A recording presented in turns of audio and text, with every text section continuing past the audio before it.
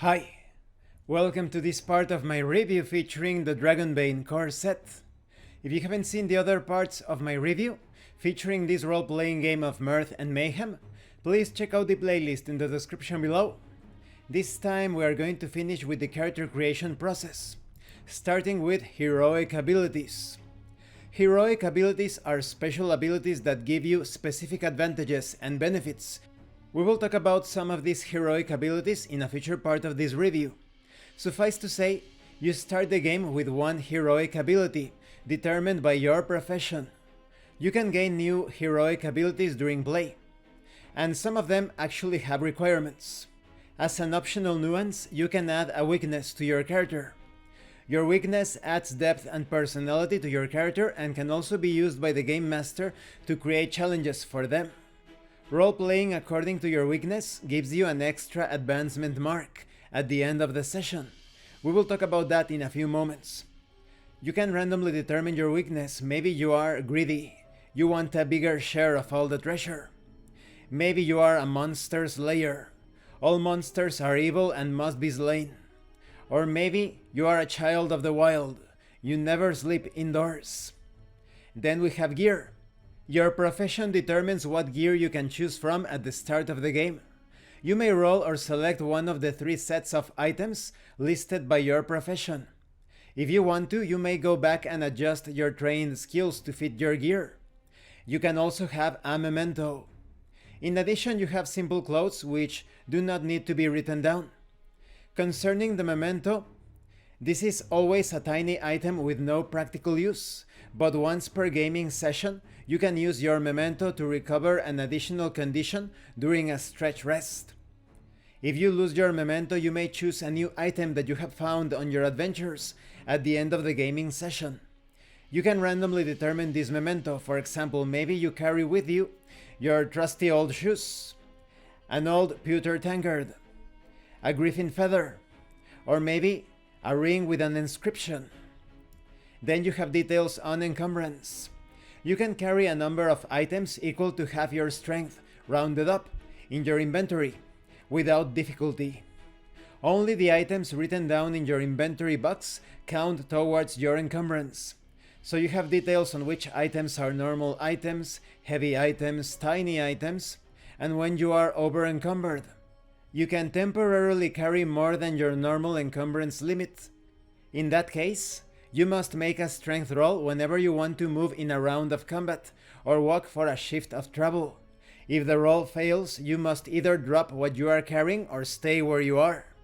So it's a good idea to travel around with animals or vehicles. They can lighten the load. You can also determine the appearance of your character, of course. You can randomly determine various features. Maybe your character has an ugly scar across his or her cheek. Maybe you are thin and wiry. Maybe you have a glorious hairstyle. Or perhaps you are heavily perfumed. When it comes to experience, life as an adventurer brings many challenges, and if you survive, you are sure to change and even learn a thing or two along the way. When it comes to advancement marks, when you have rolled a dragon or demon, I will talk about those in a future part. When using a skill, you tick the checkbox next to that skill. At the end of the game session, the game master asks you the following questions about the session you just completed.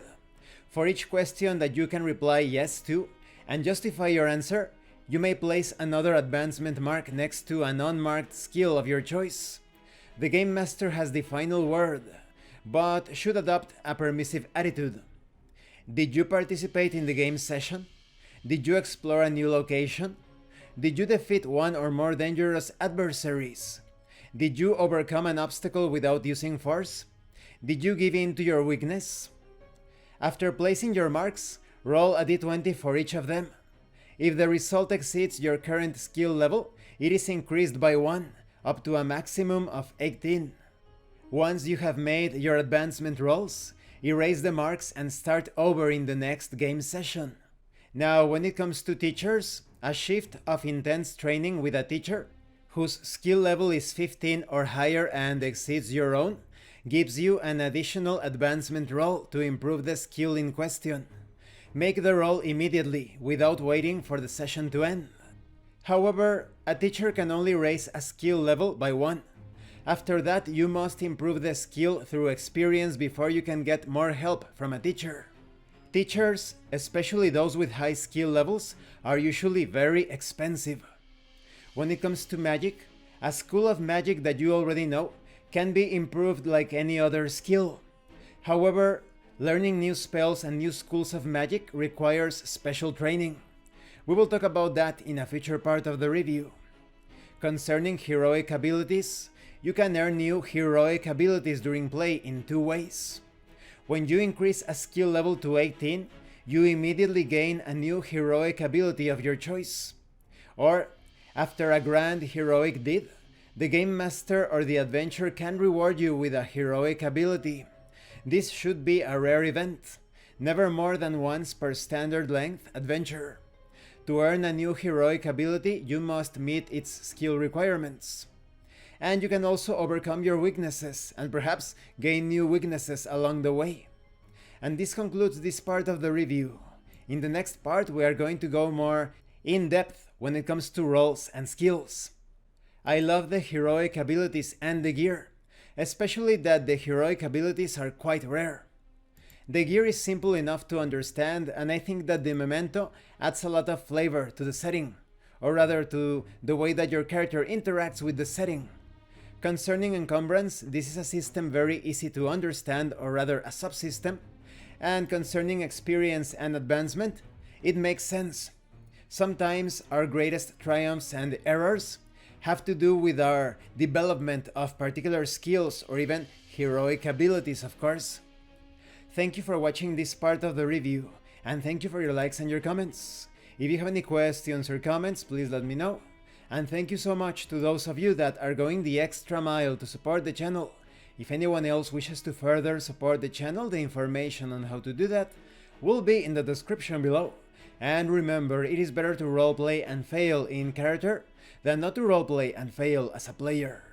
Once again, thank you, and see you later.